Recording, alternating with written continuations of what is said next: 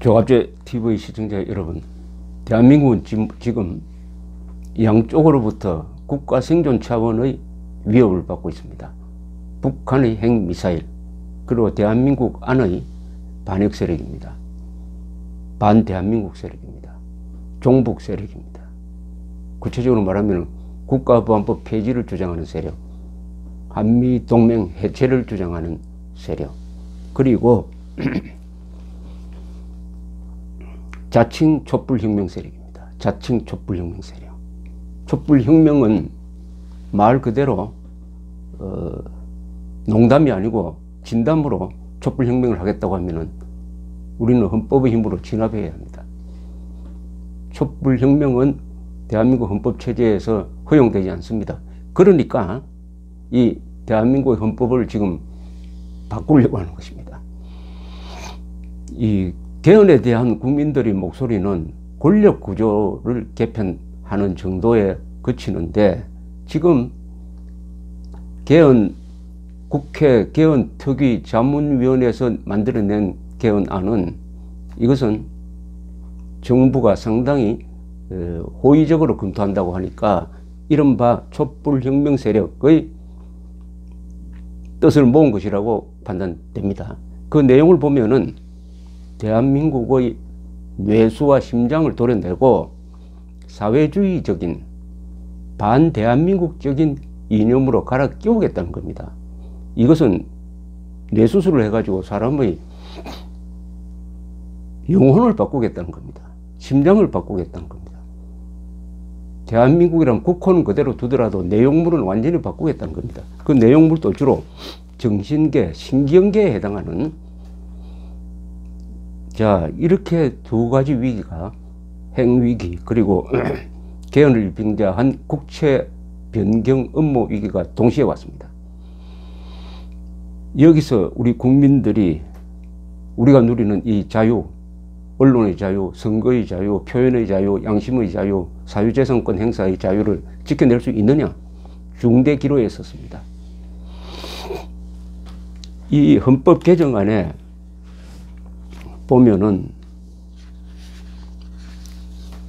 자유를 집중적으로 공격하고 있다는 것을 알 수가 있습니다. 우리 헌법에 들어있는 자유, 그러니까 이런 헌법 개정을 추진하는 세력을 우리는 자유의 적이라고 불러야 합니다. 가장 중요한 게 헌법 전문입니다. 앞전자입니다. 헌법 전문은 헌법 정신 전체를 요약한 것입니다. 여기서 가장 중요한 대목은 이겁니다. 자유가 조화를 바탕으로 자유민주적 기본 질서를 더욱 확고히 하여 정치, 경제, 사회, 문화의 모든 영역에 있어서 각인의 기회를 균등히 하고 능력을 최고도로 발휘하게 하며 자유와 권리에 따르는 책임과 의무를 완수하게 하여, 여기서 나오는 자유민주적 기본 질서입니다. 이 자유민주적 기본 질서는 헌법 제4조에 의해서 다시 반복됩니다. 대한민국은 통일을 지향하며 자유민주적 기본 질서에 입각한 평화적 통일 정책을 수립하고 이를 추진한다.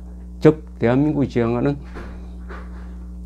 통일은 북한 지역을 해방시켜서 노예 상태로 사는 우리 동포인 북한 주민들을 우리처럼 자유민으로 만드는 것이다. 자유민주적 기본 질서는 뭐냐 하면은 그것은 네 가지 단어로 요약됩니다. 반공입니다. 공산주의는 허용하지 않습니다. 공산주의의 변형인 민주주의도 허용하지 않습니다. 왜냐? 국민주권에 반하므로. 헌법 제1조에 나오는 국민주권에 반합니다. 두 번째, 자유입니다. 자유가 자유민주적 기본질서의 핵심입니다. 그것은 언론의 자유, 양심의 자유, 선거의 자유, 사유재산권의 자유를 의미합니다. 그 다음에 민주입니다. 민주의 핵심은 국민주권입니다. 어떤 특정한 개업, 그 특정한 계급이 민중으로 불리든 인민으로 불리든 촛불 세력으로 불리든 그 사람들한테 특권을 주고 권력을 독단적으로 행사하도록 하는 것은 허용되지 않는다. 대의민주주의, 국민주권, 이것이 한국 민주의 근간입니다. 마지막에 법치. 모든 사람은 법 앞에서 평등하다. 촛불을 들었든 안 들었든 법 앞에서는 평등하다. 이 네 개가 민주적 기본 질서의 핵심인데 지금 문재인 정권은 그동안 1년도 안 됐지만은 이 4개를 거의 부정하거나 훼손하거나 아주 이상한 방향으로 해석해서 지금 적용하고 있습니다. 이미 도전이 시작되었어요. 그러나 그 행위는 헌법에 비추어서 보면은 반드시 나중에 문제가 되니까 아예 헌법 개정을 통해서 지금까지 저지른 이 반대한민국적 반헌법적 행위에 대해서 면죄부도 받고 앞으로 대한민국을 공산주의도 허용하는 공산주의자와 손잡고 연방제 통일로까지 갈 수 있도록 하는, 그건 통일이 아니고 적화 통일입니다만은 그런 대담한 어떻게 보면 좀 끔찍한 지금 기도를 하고 있습니다. 끔찍한 기도. 그러면 국민들은 뭘 할 거냐? 우리는 지금 그래도 대중민주사회에 살고 있습니다. 여론이 선거를 통해서 권력을 만들어낸 나라입니다. 총구에서 권력이 나온 나라가 아닙니다. 현재로는. 그렇다면 여론을 일으켜야 합니다. 여론을 일깨워야 합니다. 여론은 국민의 의식이죠. 국민이 각성하도록 만들어야 됩니다. 국민이 정신 차리도록 만들어야 됩니다. 국민들이 지금 우리가 누리는 자유가 빼앗기고 도둑맞고 사기당할 처지에 놓였다는 것을 알도록 해야 합니다. 국민들이 알도록 하는 역할은 누가 하느냐? 주로 언론이 하죠.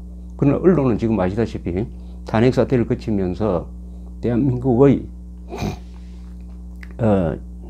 자유민주적 기본 질서를 스스로 파괴했습니다. 대부분의 언론이 공범이 되었습니다. 왜냐?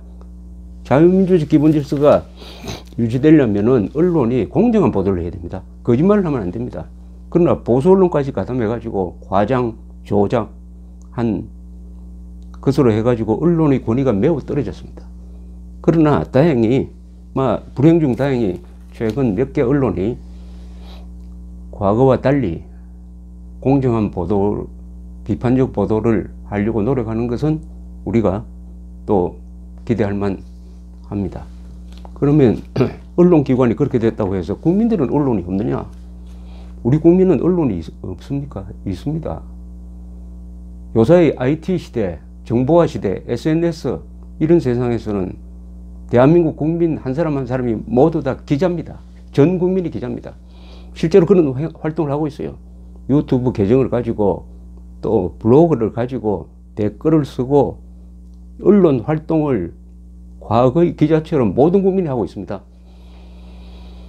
그러면은 자유를 사랑하는 우리 국민들은 모두가 입을 열어야 합니다.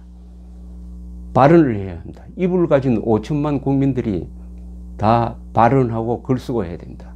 손 가진 5천만 국민, 입을 가진 5천만 국민들이 이제는 나서야 합니다. 발언해야 합니다. 그리고 수많은 단체가 있습니다. 좌파도 단체가 많지만 우파는 단체가 더 많습니다. 무슨 동창회, 등산회, 낚시회, 또 무슨 계모임, 동향, 고향 모임, 다 이게 깨어나기만 하면은 단체입니다. 그 단체마다 발언을 해야 됩니다. 어느 동창회, 어느 고등학교 몇 년 졸업생 일동으로 신문에 광고를 내면 안 됩니까?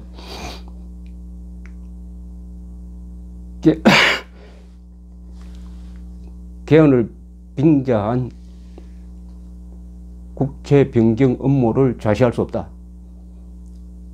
이것을 계속하면은 탄핵 운동하겠다. 이런 식으로 광고를 내면 되는 거죠. 한 사람이 내는 것보다는 두 사람이 내면 더 좋죠. 여러 사람이 내면 더 좋습니다. 그 광고 내는 의견 광고 내는 운동이 전 국민 차원에 번지면은 그게 여론을 만드는 겁니다. 그런 게. 그리고 수많은 단체가 있는데 이럴 때는 성명서를 발표를 해야 됩니다. 성명서. 재향군인회, 자유총연맹, 성우회, 육사동창회, 회사동창회, 전몰 군경 가족회, 뭐 수많은 단체가 있습니다. 수많은 단체.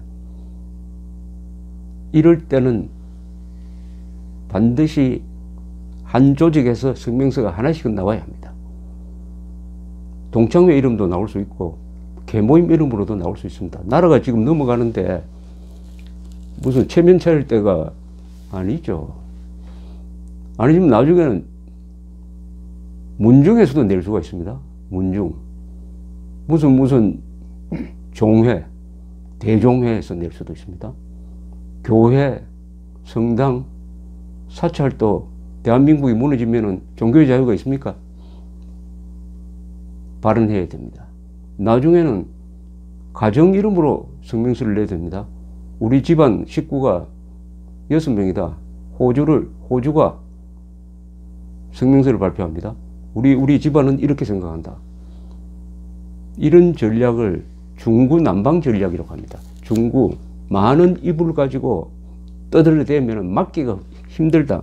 난방, 막기가 어렵다. 중구 난방 전략을 우리 국민들이 써야 될 때라고 생각합니다. 와글와글 떠들어야 됩니다. 그렇게 함으로써 여론이 형성되는 거죠. 뭐 태극기 들고 집회하는 방법도 여러 방법 중에 하나입니다. 그것이 유일한 방법은 아니에요. 조직을 가지고 일상적으로 해야 합니다. 모든 조직은 사실은 이럴 때 대변인이 있어야 됩니다. 대변인. 자, 그러면 무슨 이야기를 할 거냐? 지금 이 시점에서 저는 입을 모아서 이렇게 이야기해야 된다고 봅니다.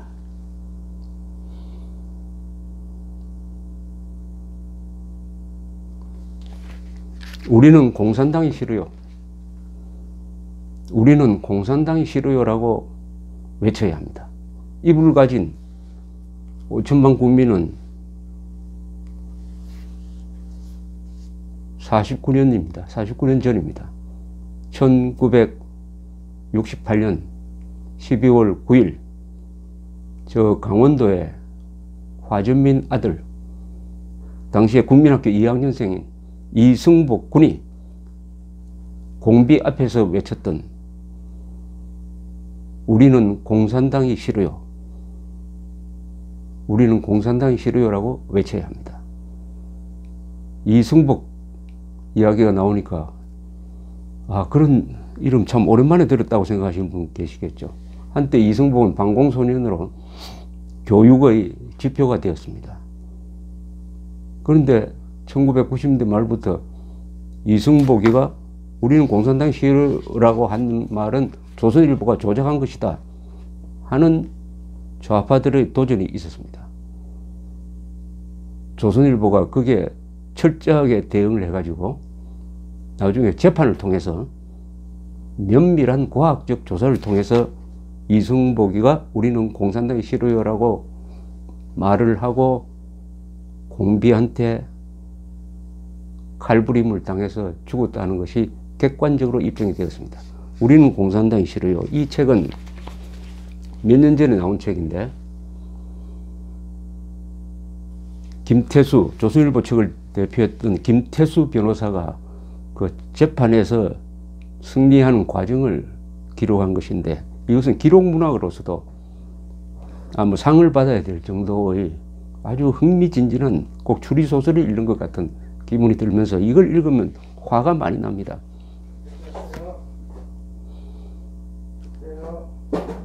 우리는 공산당이 싫어요라는 이 말을 왜 그렇게 싫어했느냐? 우리는 공산당이 싫어요라는 말을 왜 그렇게 싫어하는 세력이 있었느냐? 그래야 교과서에도 이제는 이승복 이야기가 빠지고 이승복 동상도 철거되고 학교에서 철거되고, 그러나 이승복의 진실은 지금도 살아가 있습니다. 바로 그때 공비들이 그 한 달 전에 삼척 울진에 상륙을 해가지고 강원도로 들어와 가지고 밤에 외딴 집인 이승복 군 집에 국군 복장을 하고 들어갔는데 그 집에 4가족이 있었습니다. 이석우 씨는 당시에 37살인데 어디 출타를 했고, 부인 주대하씨 34살, 장남 성권씨, 차남 성복 9살, 삼남 성수, 장녀 성자. 그러니까 5명이 있었습니다. 5명이 그 오막살이 화전민 집이니까 얼마나 초라하겠습니까? 그 집에 들어온 공비들이 국군인 줄 알았겠죠. 그 집에서는 밥을 하라고 시켜놓고 아랫방에서 이승복 군은 속사초등학교 개방분교 2학년이었습니다. 숙제를 하고 있었습니다. 공비 한 명이 승복이가 보고 있던 책장을 이렇게 넘겨보더니 연필이 어디서 났느냐, 공책은 어디서 났느냐 하고 말을 붙이기 시작했습니다. 이 상황을 유일한 생존자인 이승복의 형 학관씨가 당시 15살입니다. 지켜보고 나중에 정리한 내용입니다. 승복이는 계속해서 말을 걸어오는 공비들의 태도에 차츰 짜증스러운 반응을 보이기 시작했다고 합니다. 그러다가 한 공비로부터 야, 너는 북한이 좋으냐 남한이 좋으냐 하는 질문을 받게 됩니다. 승복이는 서슴없이 우리는 북한은 싫어요, 공산당은 싫어요 라고 말했습니다. 그 순간 그 공비가 야 하고 고함을 지르면서 승복이의 멱살을 잡아 번쩍 들어 올렸습니다. 그 형인 학관씨가 보니까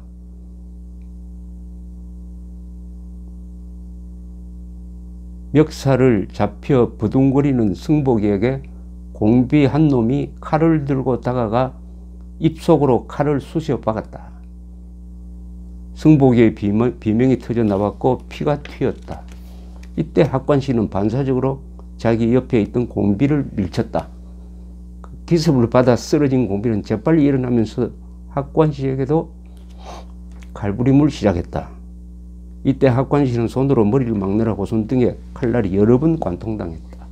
거의 동시에 바로 옆방에서도 어머니 주대하씨의 비명이 들렸고 잠자고 있던 어린 두 동생들도 깨어나 울기 시작했다. 공비들은 승복이의 어린 동생들을 한 손으로 번쩍 잡아 거꾸로 들어 올린 뒤 벽에 머리를 패대기 쳤다. 7살, 4살입니다. 물론 이렇게 해서 학관씨의 세 동생은 죽고 어머니도 죽고, 이 학관씨는 기적적으로 그렇게 칼질을 많이 당하고 나서도 그 옆에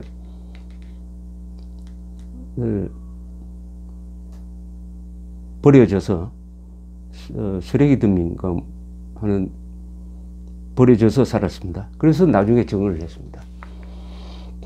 구사 일생으로 마을로 와서 마을 사람들한테 승복이가 우리는 공산당이 싫어요 라는 말을 해가지고 우리 가족이 몰살당했다고 정을 했고, 그것이 사람 입을 통해서 조선일보 기자한테 전달이 돼서 조선일보의 강인훈 기자가 특종으로 쓴 것입니다. 그래서 우리는 공산당이 싫어요 라고 했습니다. 그런데 좌파들은 아이들이 무슨 죄가 있느냐, 아이들한테 이념 교육을 너무 시켜가지고 국가가 죽게 했다, 반공교육이 죽게 했다, 이렇게 트집을 잡았습니다. 반공이 이승복을 죽게 했다. 여기에 대해서 이 김태수 변호사는 이렇게 쓰고 있습니다. 이승복 사건의 본질은 간단하다. 승복이도 공비도 평소 배운 대로 말하고 행동했을 뿐이다. 인류 역사가 증명하듯이 굴복하는 자에게는 자유란 없다. 저 동토의 왕국의 멈춰버린 시계에서 볼 수 있듯이 압제에 맞서 싸우지 못하는 자에게 주어지는 건 고달픈 노예의 삶뿐이다. 그러므로 자유의 이면은 투쟁이다. 한 아이가 피로써 이를 증명했다. 그 울림이 국민들을 하나로 모았고 오늘 우리가 누리는 자유와 번영의 밑거름이 되었다. 이승복 소녀는 유관순처럼 압제에 저항한 사람이고 배운 대로 행동했습니다. 9살 아이가 학교에서 배운 것이 뭐겠습니까? 공산당은 악이다. 공산당은 적이다. 이런 것을 배운 것이죠. 그러니까 북한이 좋으냐 남한이 좋으냐 하니까 서슴없이 우리는 북한은 싫어요, 공산당은 싫어요라고 이야기했던 것입니다. 지금 5천만 국민들이 이제 이승복처럼 우리는 공산당은 싫어요, 우리는 공산당은 싫어요 라고 말하지 않으면은 자유를 빼앗기게 됐습니다. 자유를 도둑맞게 됐습니다. 강도가 들어오는데 강도야라고 소리쳐야지, 쇠붙이를 든 분께서 허가도 받지 않으시고 지금 문을 열고 계단을 올라오고 있습니다, 이렇게 말하면 됩니까? 공산당은 싫어요, 공산당은 악입니다, 공산당은 적입니다, 이렇게 말해야 됩니다. 말을 돌려갈 필요가 없죠. 우리가 오늘날 이런 상황을 맞게 된 상징적 사건이 바로 이 사건입니다. 우리는 공산당이 싫어요, 우리는 공산당이 싫어요라고 한 이승복의 말이 잘못된 것이다. 이게 색깔론이다. 공산당도 뭐 우리 같은 민족이 공산당이니까 그건 봐줘야 된다. 충분히 서로 대화할 수 있다. 공산당과 우리가 손잡고 연방제 통일할 수 있다. 악마와 천사가 한 방에서 같이 산다. 강도 피해자와 강도가 한 방에서 합방해서 같이 살 수 있다. 이런 식으로까지 타락하도록 만든 것은 공산주의가 악이고 적이라는 것을 가르치지 않았기 때문이고, 이승복 정신이 계승되지 않은 그 지금 대가를 우리가 지금 치르고 있습니다. 우리는 이제 자유를 지키기 위해서는 싸우지 않으면 안 되는 시점까지 몰렸습니다. 다행히 아직은 언론의 자유가 있습니다. 언론의 자유. 언론의 자유가 무너지면 다른 모든 자유는 사라집니다. 여러분들은 입이 있습니다. 입이 있으면 부르짖어야 됩니다. 나는 공산당이 싫어요, 우리는 공산당이 싫어요, 우리는 자유가 좋아요, 자유를 위해서 목숨 걸고 싸우겠어요. 자유는 용감한 사람들만이 누리는 특권입니다. 이렇게 부르짖어야 합니다.